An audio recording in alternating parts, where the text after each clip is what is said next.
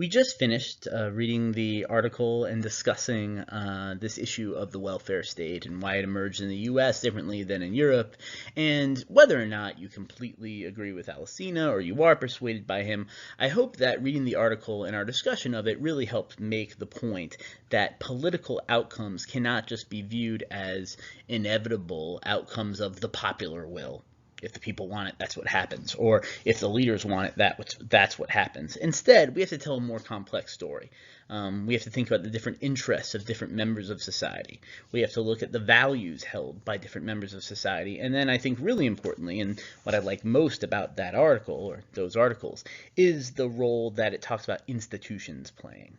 Right? That depending on the system you have in place, that is going to shape how interests and values are sort of transformed into political outcomes.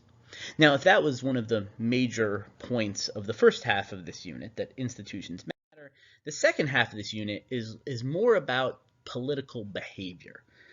Why do people believe what they believe about politics, and why do people engage in certain political behavior?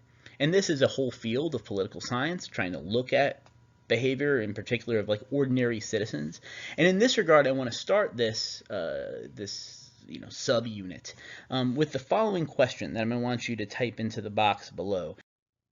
And the question is, how did you develop your political opinions?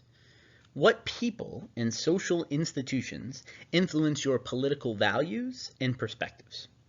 So I want you to spend a couple of minutes just free writing on that, and seriously, like 2 minutes, and see what happens. Don't feel like you have to uncover every nook and cranny, but just try to come up with various people and what are some forces in your life that may have shaped your own political views. Write about it for a couple minutes, and then we'll go on to the next video.